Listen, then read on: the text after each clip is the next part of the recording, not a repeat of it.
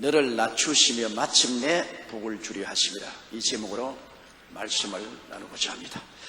평소 주님을 잘 믿고 섬기는 성도가 큰 시련과 고난을 당할 때 제게 묻는 질문이 이러합니다. 목사님, 저는 성수주의라고 11조 달 드리며 저 딴엔 주님을 잘 믿으려고 애를 쓰는데 왜 이와 같은 시련이 다가옵니까? 제가 무엇을 잘못한 것입니까? 이러한 질문에 대한 간단한 대답은 어렵습니다만 그 질문에 대한 일반적인 대답은 오늘 읽은 신명기의 말씀에 잘 기록되어 있습니다. 즉 하나님께서 우리로 밑바닥까지 낮아지게 하시면 장차 정상으로 높이시기 위한 시험이라는 것입니다. 여러분, 모세와 이스라엘 백성이 당한 일을 생각해 보면 이 사실을 잘 알 수 있습니다. 모세는 미디안 광야에서 40년 동안 목동 생활로 낮아질 대로 낮아진 삶을 경험한 사람입니다. 원래 모세는 바로 왕의 딸의 양자로서 40세까지 애굽에서 화롭게 자라났어요. 그는 애굽의 모든 교육기관에서 학문에 통달하고 영광을 누리고 호의호식했습니다. 이스라엘 사람으로서 있을 수 없을 만한 영화를 바로의 딸의 양자가 되어서 누렸습니다. 그런데 그가 나이 40이 되자 자기 동족 생각이 나서 고난당하는 자기 동족들을 보기 위해서 노력장에 갔다가 애굽의 간역자가 이스라엘 백성을 때리는 것을 보고 달려들어서 그 애굽 사람을 죽여서 모래에 파묻어 버렸어요. 이스라엘 백성들이 자기를 모두 다 이스라엘의 구원자로 생각할 줄로 기도했는데 그 이튿날 나가보니까 동족끼리 싸우는지라 왜 동포끼리 싸우냐고 물으니까 그중 한 사람이 어제 너가 애굽 사람을 쳐 죽이더니 오늘 또 나를 죽이려고 하느냐? 누가 너를 재판관으로 세웠느냐? 그러고 반역을 했습니다. 그리고 그 사람이 곧장 당국에 고발을 해버렸습니다. 동족에게 배신을 당한 것입니다. 그래서 놀라서 모세는 그 길로 미디안 광야로 도망을 쳤고 애굽 왕 바로는 모세를 잡아 죽이려고 백방으로 그를 쫓았습니다. 그는 미디안 광야에 가서 방황하다가 미디안 제사장 이드로의 집에서 대릴 사위가 되어 그 집 맏딸과 결혼을 해서 대릴 사위로서 그 집 무섬으로 40년 동안 목동 생활을 했습니다. 생각해 보십시오. 애굽의 왕궁에서 자랐으며 애국의 아름다운 미녀들과 같이 생활했고 그는 호의호식하고 모든 애굽의 학문에 통달하고 웅변히 능통하던 사람이 이제는 저 보잘것없는 미디안 광야의 족장인 이드로의 사위가 되어 얼굴에 화장기 없는 평범한 처녀를 구해서 아내로 삼고 이름 없는 곳에서 하루하루 그는 늙어가고 있었습니다. 양무리를 몰고 그는 광야를 다닐 때 앉는 곳마다 그의 무덤이요 일어서는 마다 그의 눈물처지였었습니다. 그는 너무나 안타깝고 너무나 버림받고 너무나 좌절하고 절망한 가운데 가슴을 치고 울고 울면서 40년의 세월을 지났습니다. 은간 세월이 흘러서 그는 머리가 100발이 되고 80이 되었습니다. 그가 낮아져도 그렇게 낮아질 수가 없습니다. 그런데 어느 날 80세 호렙산 뜰기나무 가운데 야훼께서 나타났습니다. 뜰기나무가 불이 붙었는데 타지 않은지라 하도 신기해서 구경하러 가니까 뜰기나무 가운데서 하나님께서 말씀했습니다. 모세야 모세야 너가 선 곳은 거룩하니 발의 신을 벗어라. 그리고 하나님께서 말씀했습니다. 이제 이스라엘 자손의 부르짖음이 내게 달하고 애굽 사람이 그들을 괴롭게 하는 학대도 내가 보았으니 이제 내가 너를 바로에게 보내어 너로 내 백성 이스라엘 자손을 애굽에서 인도하여 내게 하리라. 그는 40년의 광야 생활에서 낮아질 대로 낮아지고 비천해질 대로 비천해진 이후에 80에 하나님과의 만남을 가지고 인류의 이스라엘의 위대한 지도자가 되었습니다.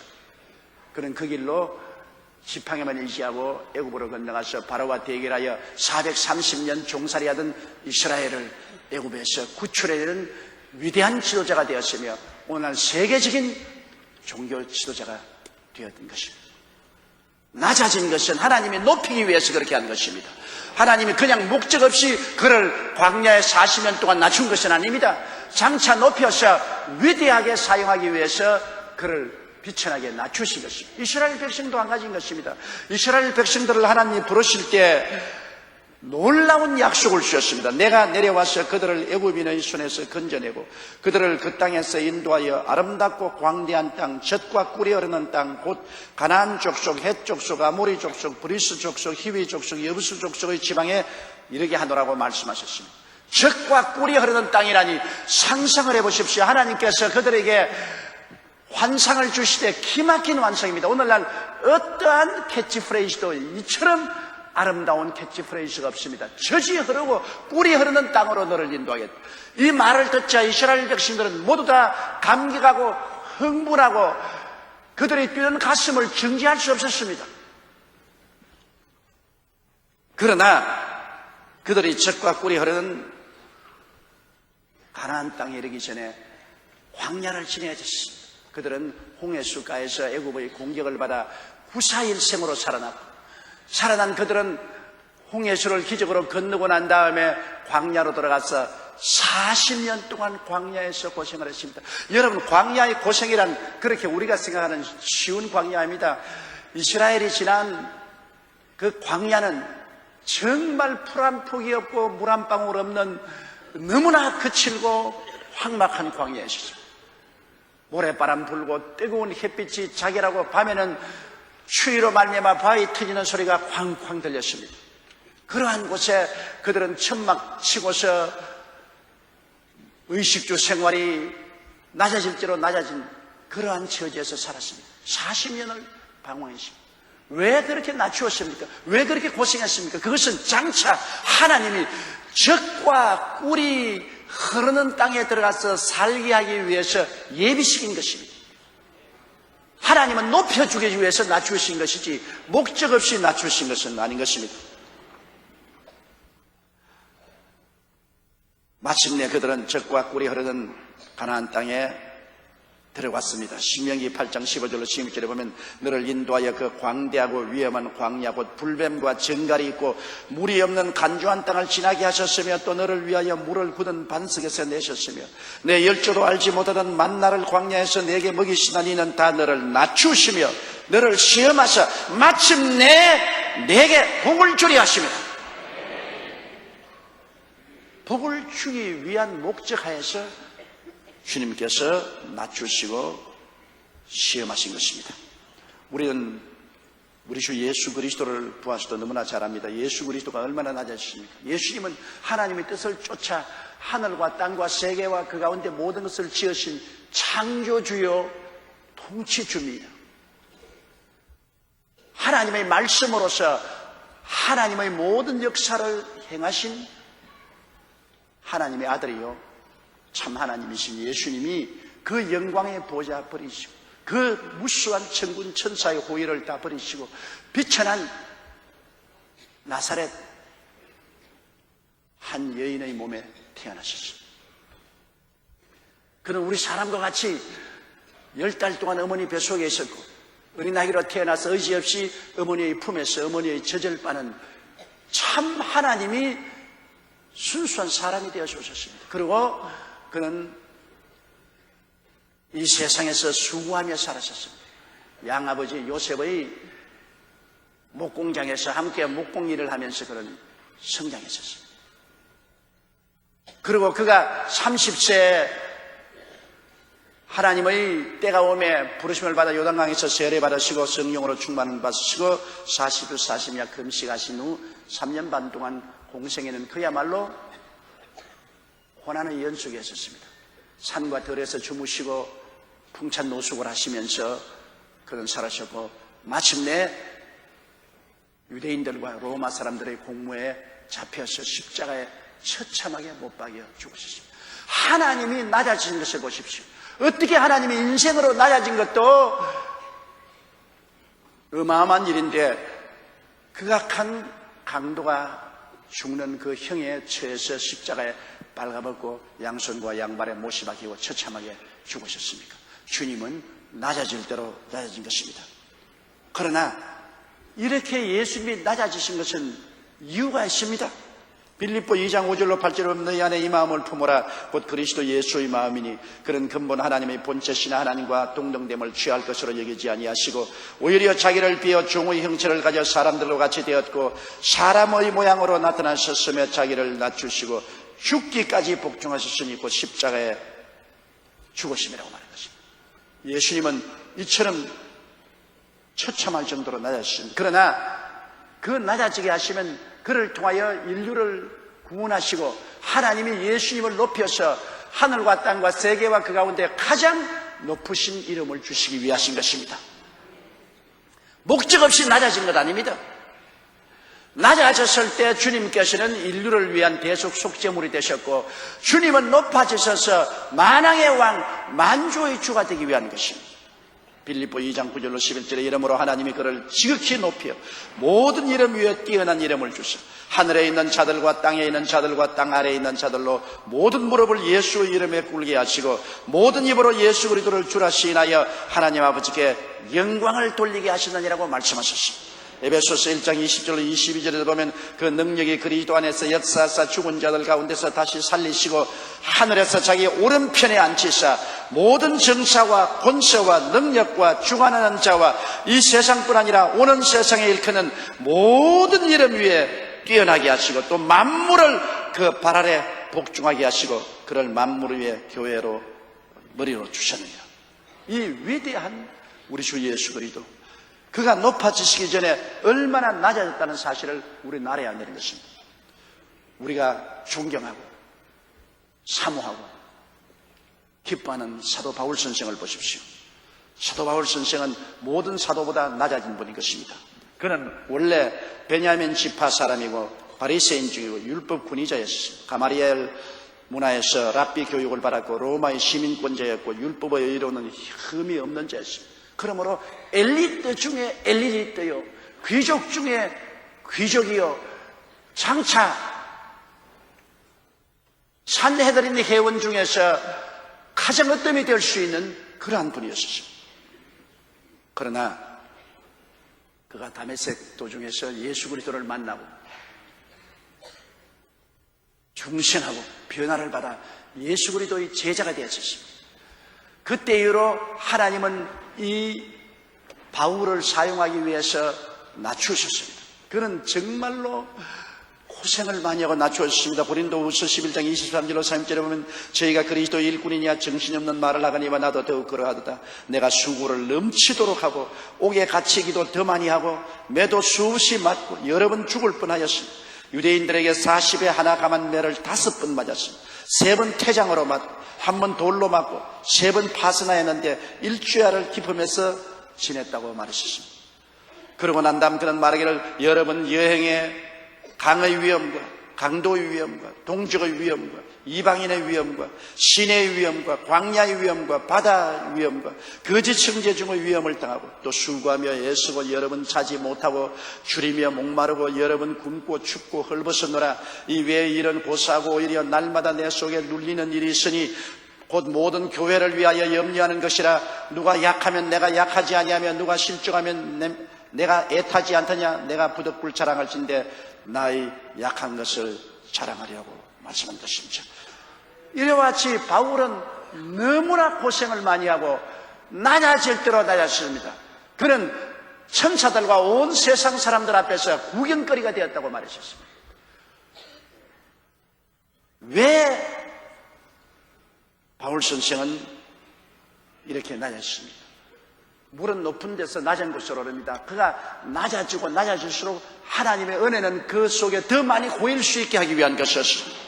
고린도전서 5장 15장 10절에 나의 나된 것은 하나님의 은혜로 된 것이니 내게 주신 그의 은혜가 헛되지 아니하여 내가 모든 사도보다 더 많이 수고하였으나 내가 아니요 오직 나와 함께 하신 하나님의 은혜라고 말한 것입니다. 그 결과로 하나님께서는 어떻게 했습니까? 바울 선생을 높였습니다. 여러분 오늘 신약 성경 27권 중에 14권을 바울 선생을 통해서 하나님이 적으셨습니다. 성경 27권 가운데 14권, 그것도 가장 핵심적인 진리를 바울 선생을 통해서 하나님이 계셨으며, 성경 중에 성경이라고 하는 로마서를 바울 선생을 통해서 기록했습니다. 만일 성경에 로마서가 없었으면 우리 주 예수 그리스도의 구속 사역의 결정적인 신학을 우리는 갖지 못했을 것입니다. 성경 다 우리가 잃어버린다 하더라도 로마서 한 권만 가지고 있으면 우리는 그리스도의 핵심적인 진리를 알고 구원받을 수 있습니다. 그런 위대한 계시를 하나님은 바울 선생을 통해서 나타나셨습니다. 하나님이 바울 선생을 심히 낮추신 것은 그를 인류 역사를 통해서 이렇게 위대한 계시를 통하여 높이기 위한 것이었습니다. 그리고 바울 선생은 하늘나라에 올라가서도 높고 위대한 자리를 얻었을 것이고 그 기대가 넘쳤습니다. 그런 디모데후서 4장 7절로 8절에 내가 선한 싸움을 싸우고 나의 달려갈 길을 마치고 믿음을 지켰으니 이제 우리는 나를 위하여 의의 면류관이 예비되었으므로 주 곧 의로운 재판장이 그날에 내게 주실 것이라는 그러한 담대한 믿음의 기대와 소망을 가질 수가 있었습니다. 그는 고린도후서 4장 11절에 말하기를 우리의 잠시 받는 환난에 경한 것이 지극히 크고 영원한 영광에 중한 것을 우리에게 이루게 한다고 말씀하셨습니다. 고린도후서 12장 10절에 그러므로 내가 그리스도를 위하여 약한 것들과 능력과 궁핍과 핍박과 곤란을 기뻐하노니 이는 내가 약할 때 곧 강함이라고 말하겠습니다. 주님께서 우리를 약하게 하시는 것은 강하게 만들기 위해서 약하게 하는 것이지 약하게 하기 위해서 약하게 하지 않습니다. 낮추신 것은 높이기 위해서 낮추시는 것이지 낮추어서 멸하려고 하시는 것은 아닌 것입니다. 왜 하나님께서 우리를 낮추시니에 높이시겠습니까? 그냥 높이시지 왜 낮추는 기간을 가지시겠어요? 그것은 우리 아집을 깨뜨리기 위한 것입니다. 내 중심이 아닌 주님 중심의 사람으로 만드시기 위한 것입니다. 우리는 아담과 하와의 타락한 성품을 통해서 태어났기 때문에 내 중심의 인간 생활을 살려고 합니다. 아집이 꽉 들어차 있습니다. 이 내 중심의 아집을 무너뜨리고 주님 중심으로 세우기 위해서는 먼저 무너뜨려야 돼요. 여러분, 낡은 건물을 없애고 좋은 건물을 지으려면 먼저 낡은 건물을 폭파해야 돼요. 무너뜨려야 돼요. 그래야 그 자리에 좋은 건물을 짓습니다. 우리를 하나님의 훌륭한 그릇으로 만들기 위해서는 옛 아담의 성품을 깨뜨려야 돼요. 신명기 8장 10절에 또 두렵건대 내가 마음에 이르기를 내 능과 내 손 힘으로 내가 이 재물을 얻었다. 내 능력과 내 손으로 내가 오늘날 승리하고 성공하고 복을 받았다고 이렇게 하는 아집이 인간에게 있습니다.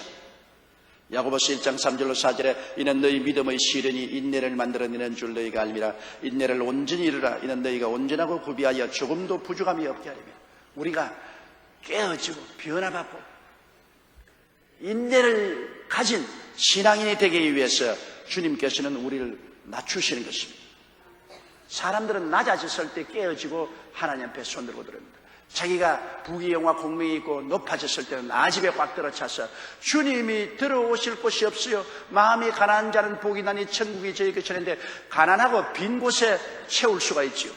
꽉 들어찬 곳에는 아무것도 채울 수가 없지 않습니까? 여러분이 잔에 물을 가득 채워놓고 난 다음 자꾸 와서 뭘 좀 채워주십시오 하면 못 채우잖아요. 먼저 물부터 부어야 되잖아요. 그래야 빈 그릇에 채우죠. 하나님께서는 여러분을 빈 그릇으로 만들기 위해서는 낮추어야 되는 것입니다. 그래야 하나님이 채울 수가 있는 것입니다. 우리 김포성전 원유희 안수 집사와 김경자 권사님의 이야기를 들어보십시오. 14년 전 권사님은 이웃의 전도로 예수님을 믿었습니다. 그러나 남편 아집이 강해 믿기를 거부했습니다. 자녀들과 남편 구원을 위해서 우리 권사님이 기도를 많이 했는데 어느 날 갑자기 권사님 목에서 피가 넘치더라고요. 뚜렷한 통증은 없고 믿음도 약한 때라 남편 몰래 자기 마음대로 결핵약을 사서 결핵약을 먹었는데 그러나 병은 점점 도해졌습니다. 6개월째 되니까 얼굴도 시커멓게 되고 기침도 하고 피도 많이 토하는 자 남편에게 발각이 되었습니다. 그래서 큰 병원에 가보니 폐암이란 선고를 받았습니다. 암세포가 오른폐 전체 여기저기에 퍼져 있어 손을 쓰기 너무 늦었으니 수술도 못하고 아무 오래 살아봤자 2달밖에 못 산다는 사형선고를 받았습니다. 그때야 비로소 남편은 충격을 받았습니다. 그렇게 완강하던 그 아집이 산산조각으로 깨어지고 하나님께 납작 엎드려서 아내를 살려달라고 몸부림치며 기도하기 시작했습니다. 인간의 한계를 느끼고 무릎을 꿇고 불신앙을 통해 자복하며 믿음의 기도를 계속했는데 의사가 죽는다고 하던 한 달이 지났는데도 권사님은 점점 그때부터 얼굴이 더 좋아지고 광채가 나고 몸에 활기가 돋았습니다. 그래서 병원에 가서 재검사를 해달라고 하니까 안 해줘요. 왜냐하면 필요 없다고. 암이라는 것이 그렇게 한 달 만에 좋아지지 않는다고.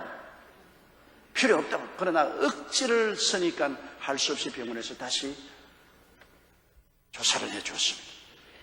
그 결과 의사는 너무나 믿기 어려운 일을 발견했습니다. 온 폐 전체에 퍼져 있던 암이 한 곳으로 똘똘 뭉쳐서 모여 있어요.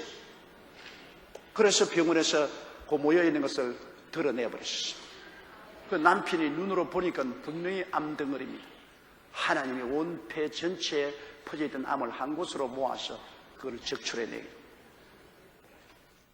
그러고 난 다음에 재발해서 죽었으면 문제가 복잡하게 될 것인데 수술한 이후 14년째 지금까지 건강하게 열심히 부부가 봉사하며 하나님을 섬기고 살고 있습니다. 그건 왜냐하면 남편을 구원하기 위해서 부인이 십자가를 걸머진 것입니다. 남편이 완악하니까 남편을 낮추기 위해서 그 아내가 십자가를 걸머진 것입니다. 그 고난이 다가오니 아집이 깨어지고 납작하고 아내 때문에 통곡하고 회개하고 예수님을 믿고 부르짖으니 하나님이 구원해 주시고 치료해 주신 것입니다. 여러분, 교만을 깨뜨리는 것은 우리가 낮아지는 길밖에 다른 도리가 없습니다. 신명기 8장 18절에 내 하나님 야훼를 기억하라. 그가 내게 재물을 얻을 능을 주셨습니다. 이같이 하시면 내 열주에게 맹세하신 언약을 오늘과 같이 이루려 하심이라고 했는데 우리가 이 세상의 영적인 재물, 마음의 재물, 육신의 재물, 생활의 재물을 얻게 하는 것이 하나님의 뜻이기 때문에 이렇게 그냥 얻으면 교만해져 가지고서 날 좀 보시오, 내 지혜와 능력과 내 능으로 이 일을 이루었다고 할 것이 아니니까. 그러므로 하나님은 우리 교만을 깨뜨리고 난 다음에 하나님을 찬양하게 만들기 위해서 우리를 낮추시는 것입니다. 그리고 축복받은 후 세상으로 타락하지 않기 위해서 주님이 미리 낮추시는 것입니다. 왜냐하면 쉽게 축복을 받으면 쉽게 타락해버리고 마는 것입니다. 돈 번 사람 따로 있고 쓰는 사람 따로 있다고 말하지 않습니까? 록펠러 1세는 억만장자 부자였습니다. 그런데 그는 항상 사무실에서 식당에 내려와서 점심시간에 $2짜리 샌드위치를 먹습니다.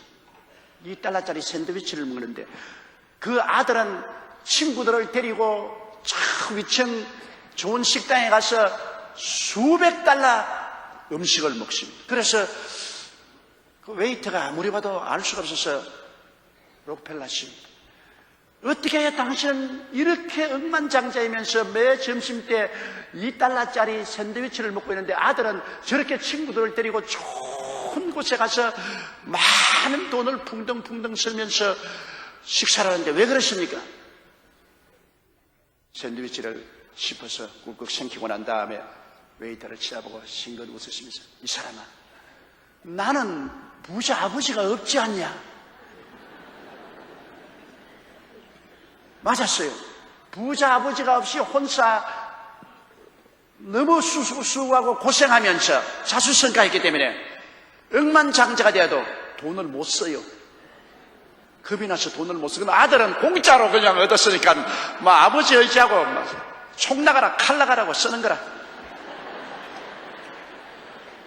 그렇기 때문에 번 사람 따로 있고 쓰는 사람 따로 있어. 우리가 쉽게 복을 받아나면 그냥 총 나가라 칼 나가라 세상으로 그냥 나가서 세상과 짝을 타락해버리고 말입니다. 그렇기 때문에 하나님께서 고생을 시키는 겁니다. 아예 처음부터 낮추시고 기압을 잔뜩 넣는 것입니다. 신명기 8장 11절로 14절에 내가 오늘날 내게 명하는 야훼의 명령과 법도와 규례를 지키지 아니하고 내 하나님 야훼를 잊어버리게 되지 않도록 삼갈지어다. 내가 먹어서 배불리고 아름다운 집을 짓고 거하게 되며 또 내 우양이 번성하며 내 은금이 정식되며 내 소유가 다 풍부하게 될 때 두렵건대 내 마음이 교만하여 내 하나님 야훼를 잊어버릴까 하노라. 야훼는 너를 애굽 땅 종되었던 집에서 이끌어내시고라고 말했습니다. 사람이 부귀영화 공명이 극하면 하나님을 잊어버립니다. 타락해버려요. 그렇기 때문에 하나님이 미리부터 굉장히 낮추어서 자기가 얼마나 무능력하고 무력한 인간인 것을 깨닫게 하시고 난 다음 나중에 복을 받아도 이 복이 하나님이 주신 것으로 하나님을 두려워하면서 그 복을 누리게 만들어 주시는 것입니다. 여러분, 신앙의 가장 근본이 뭔지 압니까? 신앙의 근본이란 하나님을 두려워하는 마음인 것입니다. 하나님을 두려워하지 아니하면 신앙이 안 됩니다. 사람들은 쉽게 예수 믿고 난 다음 하나님을 이용해서 축복만 누리려고 하는 것입니다. 그렇기 때문에 쉽게 타락하죠. 하나님을 두려워해서 하나님께 앞에서 떨어야 돼요. 자녀 교육도 그렇지 않아요. 집에 무서운 분이 있어야 돼요.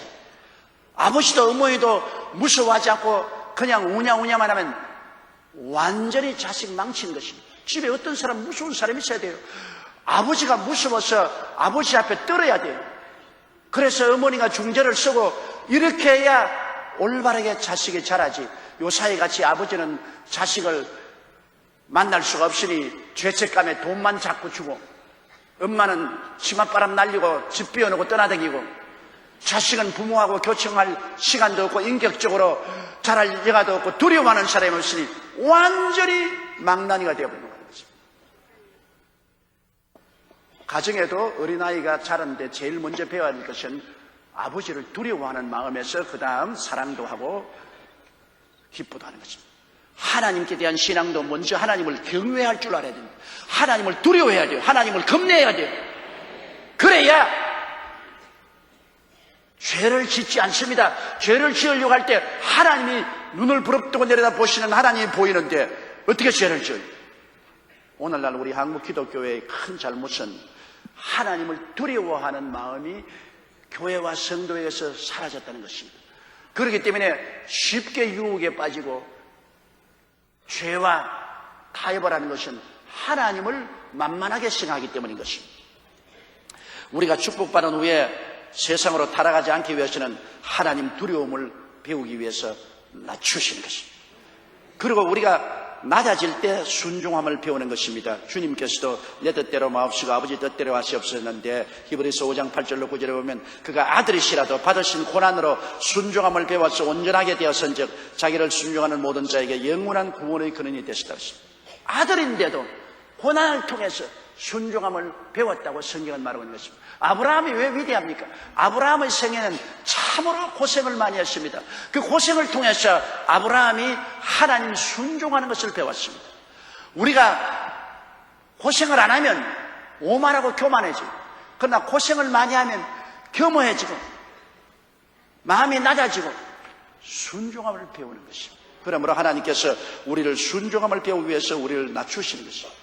그리고 우리가 낮아질 때 강인한 믿음을 얻는 것입니다. 여러분, 고생 안 하면 인내력이 없잖아요. 요사이 자녀들이 인내력이 없는 것은 고생하지 않고 키웠기 때문에 조금만 어려움을 당하면 박살이 나는 것입니다. 인격적인 파산이 오는 것입니다. 그러나 옛날에 고생하고 사는 사람은 어떠한 역경이 다가와도 움직이지 않고 굳건하게 서서 나갑니다. 인내력이 길러진 것입니다. 인내력은 그냥 호사스럽게 해서 배우는 것도 아니요, 학교에서 배우는 것도 아닙니다. 인내력은 고생을 통해서 배우는 것입니다. 운동선수가 강한 훈련을 하는 것은 육체에 고생을 시켜서 인내력을 키우는 것입니다. 보스럽게 해서 힘을 얻을 수는 없는 것입니다. 히브리서 10장 38절에 오직 나 여인은 믿음으로 말미암아 살리라. 또한 뒤로 물러가면 내 마음이 저를 기뻐하지 아니하였습니다. 고생하지 않은 사람은 고난당하면 쉽게 낙심하고 뒤로 물러갑니다. 그러나 인내를 기르는 사람은 뒤로 물러가지 않죠. 군대가 왜 강인한 훈련을 시킵니까? 어마어마하고 고생시키는 것은 전쟁 났을 때 뒤로 물러가지 않고 이기기 위한 것입니다. 히브리서 11장 6절에 믿음이 없이는 기쁘시게 못하나니 하나님께 나아가는 자는 반드시 그가 계신 것과 또한 그가 자기를 찾는 자에게 상 주시님을 믿어야 할지라 했는데, 이 믿음이 어떻게 생깁니까? 베드로전서 1장 7절에 너희 믿음의 시련이 불로 연단하여도 없어질 금보다 더 귀하여 예수 그리스도에 나타나실 때 칭찬과 영광과 존귀를 얻게 하려 했습니다. 불로 연단해야 돼요. 불같은 시험 당해야 돼요. 그래서 하나님이 연단하시고 낮추셔서 믿음을 강인하게 만들고 난 다음에, 그 다음에 마침내 하나님 복을 주시면 이것을 누릴 수가 있게 되는 것입니다. 골짜기가 깊으면 산도 높습니다. 시련과 고난의 골이 깊으면 영광의 상급도 커집니다. 밑바닥 인생을 체험한 자만이 고귀한 삶을 누릴 수가 있습니다. 그 때문에 하나님께서는 젖과 꿀이 흐르는 땅에 가기 전에 광야를 지나게 하십니다. 하나님은 낮추신 후에 마침내 복을 주시고 높여준다는 사실을 우리는 알아야 되는 것입니다.